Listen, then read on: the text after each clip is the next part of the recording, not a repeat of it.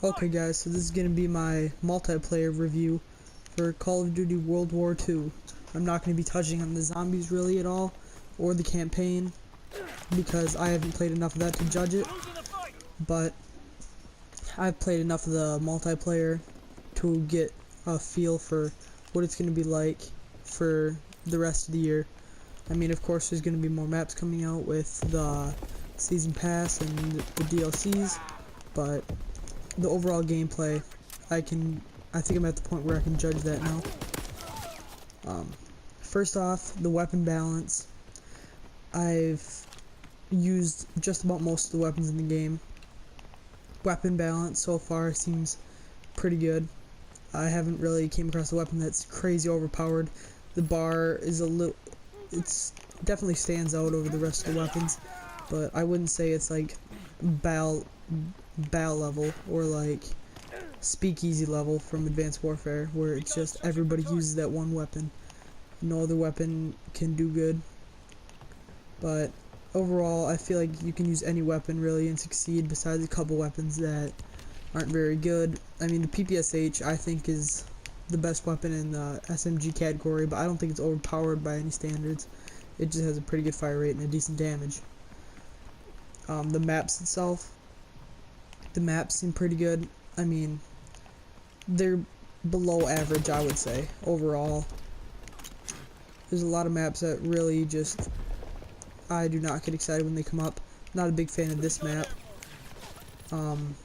Gustav Cannon, I do not like at all. You really just get sniped from every angle.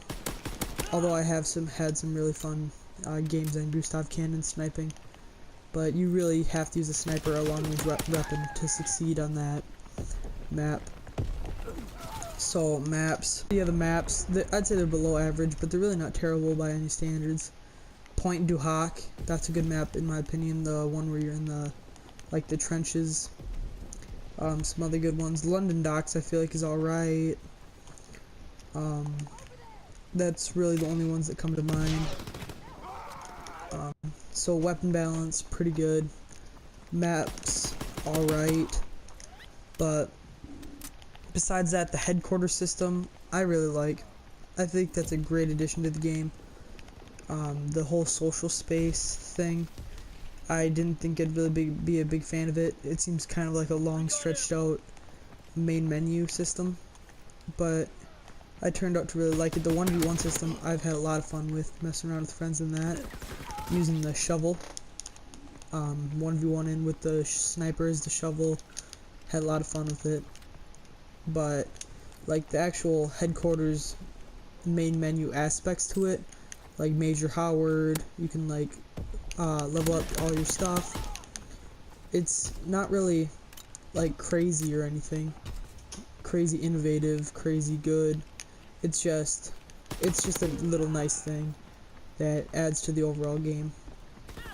But besides the headquarters system, the weapons, and the maps, I kind of want to talk about the war game mode and just the game modes overall. Touching up on the war game mode, that is a very hit or miss game mode for me.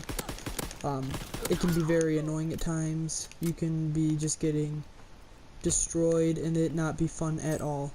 But on other times it'll be very fun and a very cool idea in concept. The whole smash all the game modes together, make this long drawn out kind of, not really storyline driven game mode, but more linear, you kind of have to do a specific task kind of game mode. I think it's a great idea. I don't know if it'll be coming back in all the Call of Duties, but I feel like it could be, and that would be pretty cool to see what Treyarch could do with the war game mode, what Infinity Ward could do with the war game mode, and I'm interested to see if there's going to be any DLC maps for war. I feel like they might add one war map in each DLC pack along with the normal multiplayer maps. I feel like that'd be a great little thing to do, just add a bunch more war game modes in. Sorry, I meant war maps, not war game modes. But another thing I kind of want to talk about is the create a class system in the game. You have 5 divisions infantry, airborne, armored, mountain, and expeditionary, each for the shotgun, sniper, LMG, submachine gun, and rifles, respectively. I think this is a great system that could be Sledgehammer's kind of gimmick. Not really gimmick, but I can see this being in most Sledgehammer games. I really like this system. Each class gives you different appearance along with different stats. It's mostly just, if you're using an SMG, you'll just use the corresponding one. Although, to get your gun golden, you do have to switch it up with whatever gun you're using to get the special camo. That's right here. Get 50 kills using a division other than the airborne with the PPSH. That's pretty easy to do, but I mean, I really like how they all give you a special kind of perk along with the basic training, which is the actual perk system. It gives you just an extra boost to a certain statistic or an extra like advantage you can get in battle, like reload faster, and while sprinting. My personal favorite is the additional primary attachment along with the less flinch, so it's kind of toughness built along with another attachment. It's pretty nice overall. It's probably the one I'm going to use on most of my classes. I probably shouldn't be using it on my sniper. I'll probably change that later. I mean, the extra attachment isn't too helpful. I mean, for this weapon, the Springfield is pretty helpful because it only has 5 bullets in a clip normally. But besides that, the lethals, they're pretty alright, I guess. But out of the actual created class system, you have the score streaks, which, I mean, they're alright, I guess. I talked about them earlier. Then moving on to the actual customization, you have a little range of faces, a decent amount of faces. I mean, I'm sure you'll find one that you like. I just kind of do one of the most default ones. You can change your helmet, which I only have 2 right now. The one for playing the beta and the one that I think you get just automatically. And then of course you can take it off.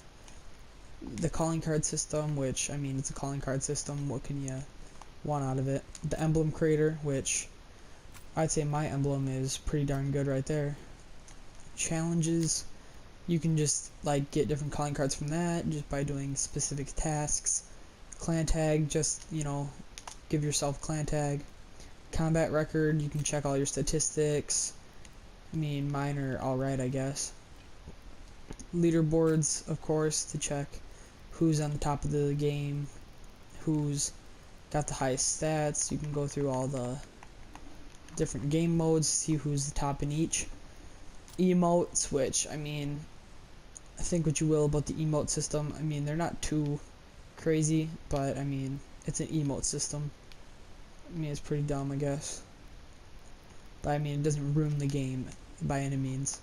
Orders, you can just get challenges. If you complete them, you get a reward, like a supply drop, 250 armory credits, 25% bonus XP for 20 minutes, normal supply drops, rare supply drops, and all that. You got your settings, the store, to get the season pass. There's COD points are not in the game yet, but they will be very soon, I would assume. This is the actual headquarters itself. You can choose what outfit you have in the headquarters, what your default gun is that's like on your back. You can get money every once in a while to go towards contracts, which are basically just orders that you buy. And there's different collections that if you get each thing in the collection, you'll get the final reward. I'm pretty close on the Ranger. Where's that? Right. Where is it? Pretty close on this one. All I need is this last thing right here. This last outfit, is it? I'm pretty sure. Which, I mean, I can get that, which looks pretty alright. I think it's got the camo I already have on it, but the actual without the camo, it looks way better. It's like golden and stuff throughout the entire gun. But I mean, that's just a cool thing to keep you incentivized to get stuff. The variant system doesn't really change the weapon stats at all. It kind of just makes it look cool, and some of them just look really weird. The Enfield, it's all shortened down. PPSH, That looks really cool. One of the cooler ones is the, where is it? It's right around. That one looks pretty cool, but you can't really tell because it's got the camo I have on it. Over here you have Major Howard. He just gives you the orders.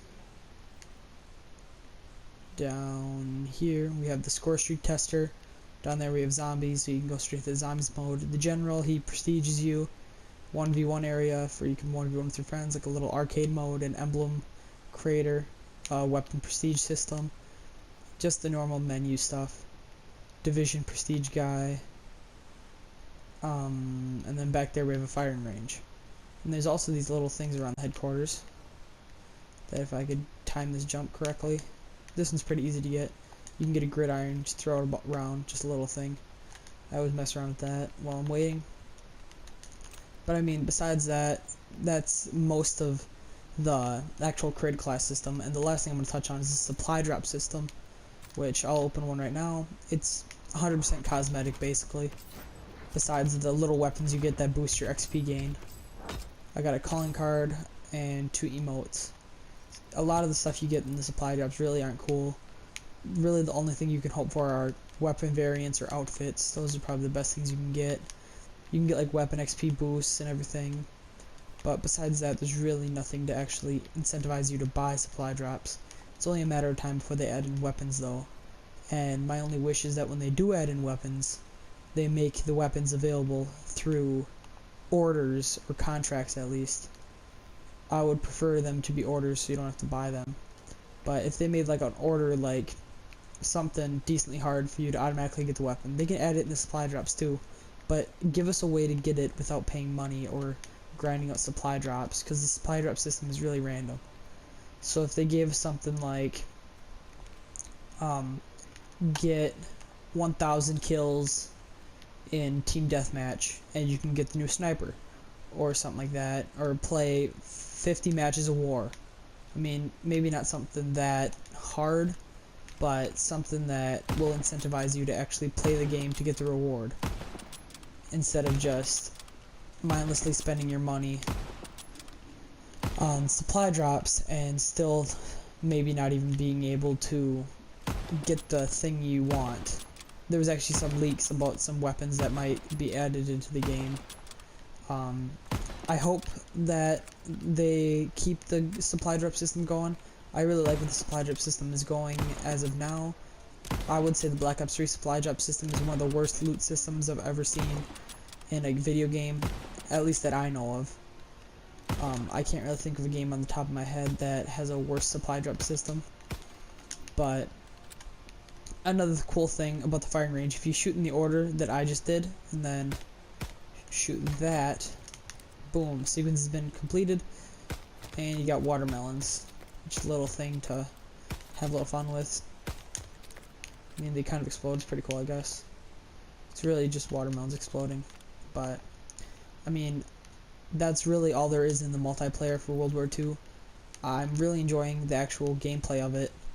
I'm excited to see where it goes. I'm holding off on buying the Season Pass as of now, because I really want these DLC maps to be better than they were in Black Ops 3.